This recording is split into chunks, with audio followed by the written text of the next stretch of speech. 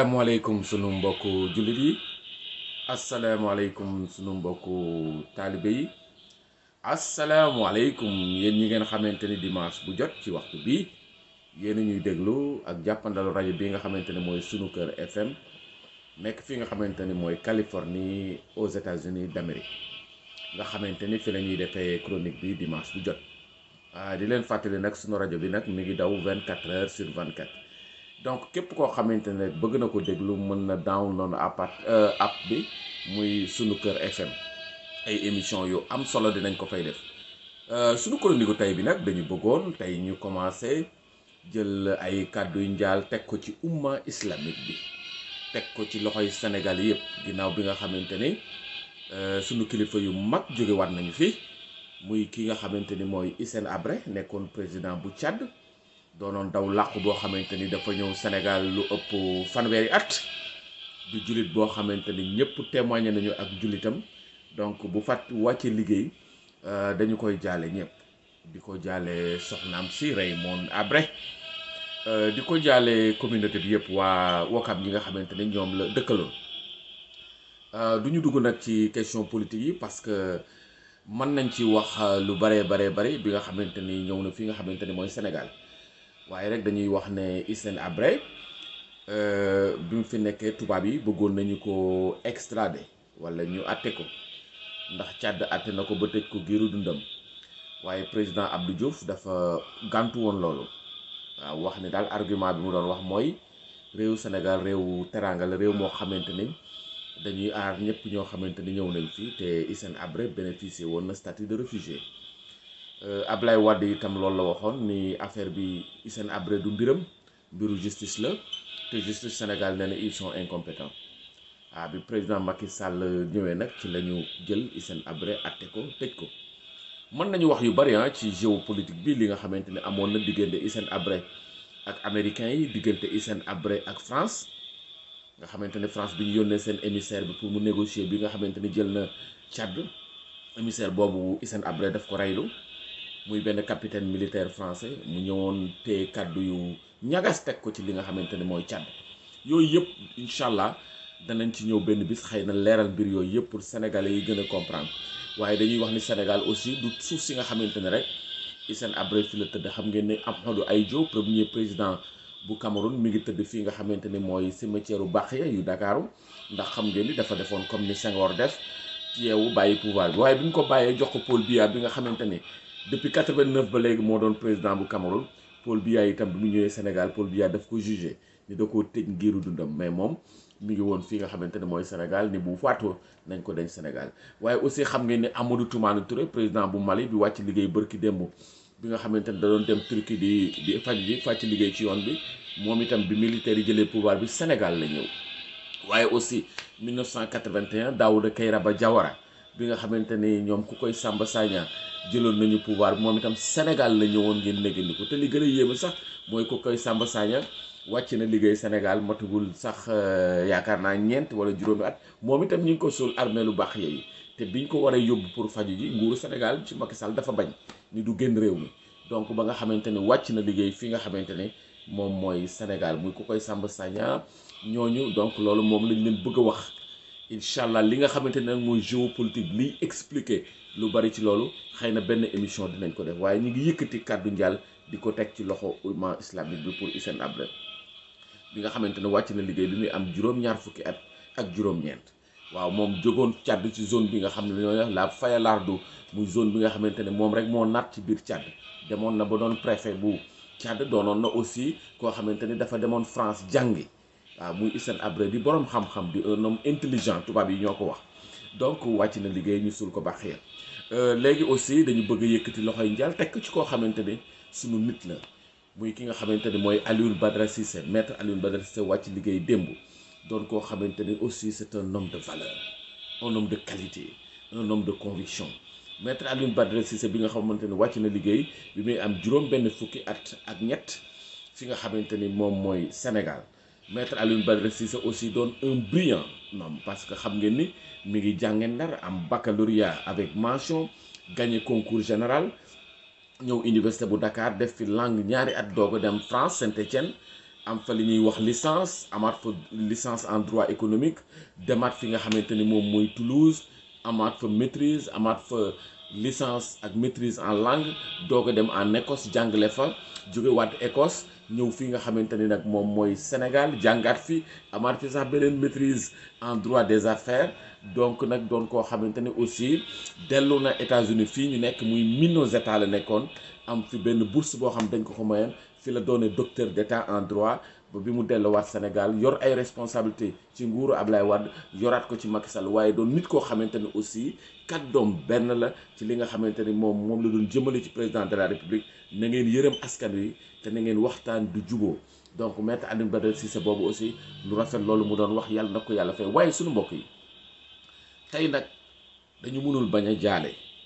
waaye aussi tey suñu chronique bi dëgg ñi ngi koy jagleel li nga xamante ni mooy le mardi 19 juillet 1927 le mardi 19 juillet 1927 moom moo waral bis bu rëy bi nga xamante ne moom la waa Daaru Xudoos di célébrer muy bis bi nga xamante ne li tubaab yi doon wax un homme de Dieu armé de patience de savoir de piété un non violent un jour de gloire est passé. Cheikh Ahmadou Bamba vient de rejoindre Touba. dëkkam bi nga xamante ni moom la gënoon a bëgg dëkkam bi nga xamante ni Serigne Touba ba mu fa jógee en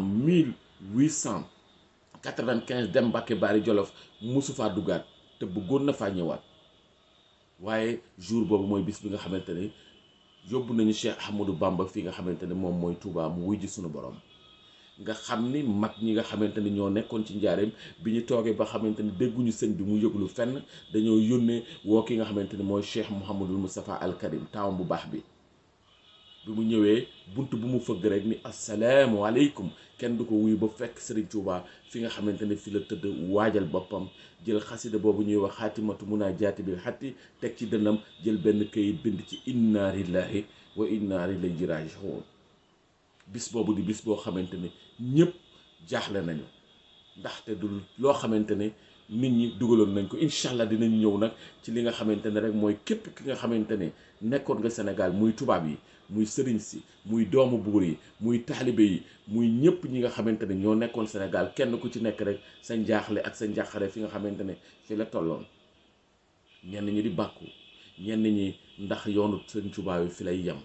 yooyu yëpp incha allah dinañ ci ñëw léegi. jox leen nag li nga xamante ne muy défi yi taxawoon ci kanamu Cheikh Mouhamadul Moustapha Al Karim muy doog a dugg ci ñeent fukki atam donc keroog bis boobu nga xamante ne jël nañu Serigne Touba war koo yóbbu mu jël Cheikh Mouhamadul Moustapha Al Karim def ko li nga xamante ni moom mooy jëwriñam wala fii di wax ni Moustapha magu Bass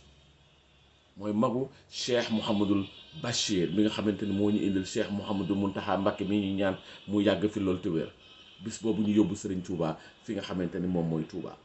mag ñi nag ñoo bokkoon ñi nga xamante ne ñooy délégation bi maam Thierno Birahim Mbacké Serigne Fallou Mbacké Serigne Bassirou Mbacké Serigne Mbacké Bousso Serigne Ndam Abdourahmane Lo Serigne Mouhamadou Lamine Gaye Jamouy Serigne Bara Gaye Khary Fall Serigne Mouhamadou Lamine Diop Dagana Serigne Cheikh Khary Dieng Serigne Makhtar Samba Diop Serigne Makhtar Silla sëñ Mouhamadou Tande Khouya Serigne Ibrahima Ndaw Serigne Mamour Diakhaté sëñ Ablaye Diop lew na nee nañu am na fukki taalibe ak ñeent yoo xamante ne fekk nañu dencu Xaadimu Rasuul Cheikh Ahmadou Bamba ñu ni ko jullee ñu ne sëñ Mbacke Bousso moo commencé julli gi waaye mag ñu bari ne nañu yeggaluwu ko ndax émotion ndax tiis bi nga xamante ne moo jàppoon sëñ Mbacke Bousso keroog ba nga xamante ne nee nañ sëñ Mouhamadou Lamine Gaye Jamouy moo ko puus jàllale li nga xamante ni mooy julli Xaadimu Rasuul suñu mbokk yi Cheikh Mouhamed El Bachir di li nga xamante ni moom mooy jëwriñ ji donc li nga xamante ni nag moo taxaw ci kanamu Cheikh Mouhamadul Moustapha Al Bachir li ko bàyyam bu baax ba waxoon ni ko bu ma wàccee liggéey nag mu yóbbu Touba te bu xaddam yóbbu na Serigne Touba te xaddamul Cheikh Mouhamadul Al Bachir yóbbu na ko te xaddamul yóbbu na ko contre la volonté des colonisateurs ñoom ñi nga xamoon dans le rapport bi nga xamante ne moom la ñu def ci wàccu liggéeyu Cheikh Ahmadou Bamba dañu ne la secte mouride disparaîtra avec la disparition du vénéré Cheikh Ahmadou Bamba muy le premier défi bi nga xamante ne Cheikh Mouhamadul Moustapha moom lay jàkkaarloo. sëriñ si ni woon yoonu murit tàkk daayu mboob la fi lay yem bu sëriñ Touba demee mu jeex. Paul Marty bi nga xamante ne mooy idéologue islamologue français yi dañu leen woon mënalu leen ko dara waaye bu fi jógee yoon wi fay ndax kenn mënu koo remplacer. nee naa leen buur yi ni tàkku-tàkku mboob la ñi nga xamante ni ñooy doomu buur yi ak sëriñ si nekk ci position yooyu cheikh yi nga xamante ni sëriñ Touba taxawal na leen ñuy ñoo xamante ne kenn ku ci nekk rek mën naa yor jamono kenn ku ci nekk mën naa yor jamono waaye teywul ñoom ñëpp a jaaxle ñu xool ñenn ñi sax dem bay xool ni Cheikh Mouhamadul Moustapha ñeent fukki atam yi muy dugg nii est-ce que du ñu xalaat ni maam Cheikh Anta Mbacké war naa jël li nga xamante ne mooy xalifa bi ndax Serigne Touba moom la jëkk a def Cheikh moom la jëkk a jox Daaru Salaam ndax boobu lépp du division waaye ñi ngi ñeewante at yi nga xamante ne Cheikh Mouhamadul Moustapha Al Karim am na ko. La crise économique des années 1929 se prépare. nga xamante ne Amérique bii ñu nekk am na ay banquiers yoo xamante ni ci préparation crise bi ndax crise bi ni mu mettee dañoo jël balu fital dóor ci seen bopp rey ndax seen alal yépp la ñu ñàkk. ñi nga xamante ni ci crise bi nga xamante ni moom mooy installé wu au Sénégal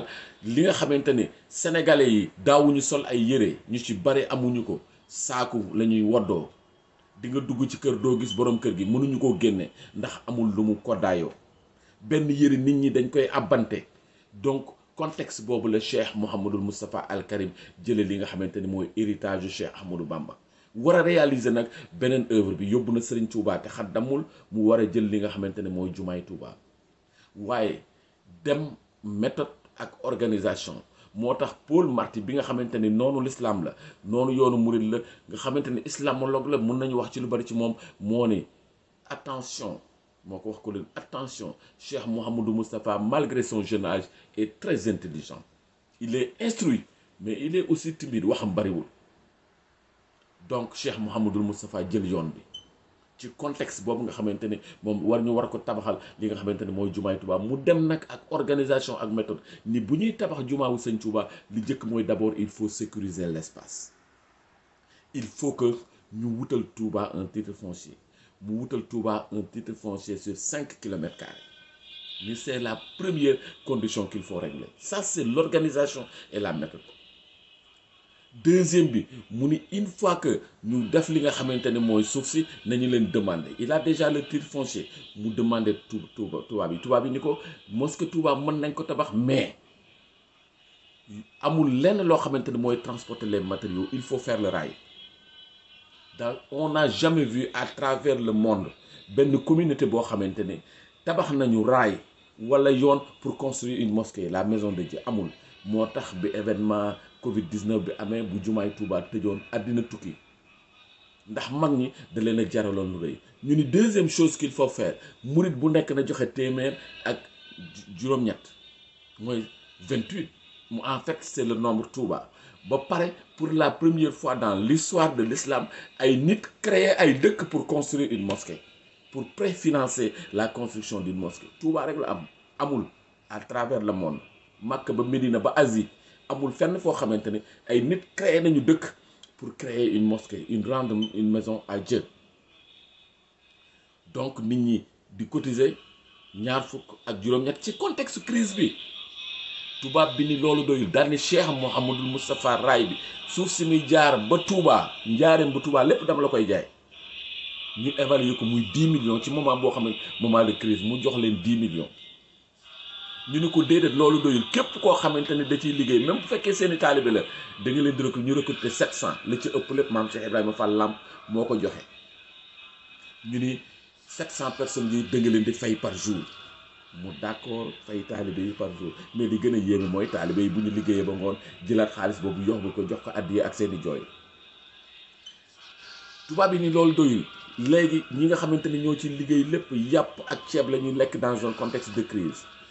travaux yi li mu duré muy at ak ay weer yu tuuti Cheikh Mouhamadul Moustapha Al Karim rey na ci lu mat 2 junni nag yu topp ay 450 tonnes de riz ak diwlin di dul jeex ak xaalis bu mu leen fay lépp rek pour réaliser la maison de Dieu et satisfaire à li nga xamante ne moom la ko Serigne Touba jox. Donc organisation ak méthode ba nga xamante ne jumaa ji biñ ko raay bi biñ ko commencé di tabax ba Dalla Cheikh Mouhamadul Moustapha keroog bi mu ñëwee Dalla dafa kontaan bëgg ba invité ñëpp ñi nga xamante ne ñoo doon tabax ci raay bi ni leen na ngeen ñëw maa leen invité tey jii xew ñu xewloo moom ba pare mu yabal leen ci rakkam ju baax ji Cheikh Mouhamad El Fadel ni leen dem leen Cheikh Mouhamad El Fadel ñaan leen Cheikh Mouhamad El Fadel bi ñu demee dafa wax ñi doon liggéey ñëpp dugg leen ci armeelu Tuubaa yi bu ngeen demee ngeen taxaw ngeen di néew yi raay baa ngi ñëw muy lu kéemaane wax leen symbiose bi nga xamante ne moo amoon ci njabootu Serigne Touba gi ak ba raay bi taxaw ba jumaa ji taxaw ba nga xamante ne jumaa ji dem na ba nga xamante ne yegg na ci fi nga xamante ne mooy fenêtre yi daanaka Cheikh Mouhamadul Moustapha bi muy wàcc liggéey juróom benn fukki atam matul en un laps de temps mu réaliser œuvre yooyu indi l'idée d'une communauté ci biir Touba parce que bu ñuy wax la communauté mouride Cheikh Mouhamadul Moustapha Al Karim la communauté damay wax sax ne en fait la devise du Sénégal symbolise Cheikh Mouhamadul Moustapha Al Karim un peuple un but une foi benn askan benn jëmukaay benn pas-pas te pas-pas bi mooy train bi wala mooy pont bi nga xamante ne moo nekk ci diggante peuple bi ak li nga xamante ne mooy objectif bi mooy jëmukaay yi donc pas-pas détermination engagement mooy li nga xamante ne Cheikh Mouhamadul Moustapha moom la def doon un homme de valeur un homme de son temps un homme de science un homme de patience mbokk yi temps bi ñi may bariwul incha allah dinañu ñëwaat ci lu bari ci li nga xamante ne mooy œuvre yi nga xamante ne Cheikh Mouhamadul Moustapha Al Karim réalisé na ko te loolu moo waraloon ñuy def màggal gi nga xamante ni mooy màggalu Daara Khoudoss ñu ko jëkk célébré en 1936 mu jëkk cee waxtaan ak sëñ Massamba Mbacké wax ni ko xoolal ma mbind mi mu xool ko mu ne ko ku bind lii mu ne ko Cheikh Ahmadou Bamba xam nga ni moo ko bind nee na ñu célébré ko bis bi nga xamante ne mooy son jour de gloire mooy bis bi nga xamante ne delluwaat na ci suñu borom pour mu fay dinañ ñëwaat nag ci Cheikh Mouhamadul Moustapha fi mu jaar ci njàng diggante ki nga xamante ne mooy sëñ Ndam Abdourahmane Lo maam Thierno Birahim ak ki nga xamante ne rek mooy sëñ borom Sam maam Mor Diarra ak wax leen ni Cheikh Mouhamadul Moustapha kaamilam Serigne Touba mi ngi ko jot fi nga xamante ne moom mooy exil bi suñu mbokk yi ñoo ngi leen di sant di leen gërëm di leen ñaanal nag ñu dajewaat dimanche prochain incha allah ñu yeggalewaat li nga xamante ni mooy le rôle de Daara Khoudoss mënoon nañu waxtaane lu bare Gaynde Fatma doomam ju baax ja am dignité am valeur waaye aussi sëñ Mbàkke Madina mi nga xamante ni Senghor nee na sëñ Mbàkke mat na sëriñ ci lu bari ci li nga xamante ne moom la jàkkantaloon ak Senghor ab lam ko waxoon jërëjëf mbokk yi incha allah ba dimanche prochain incha allah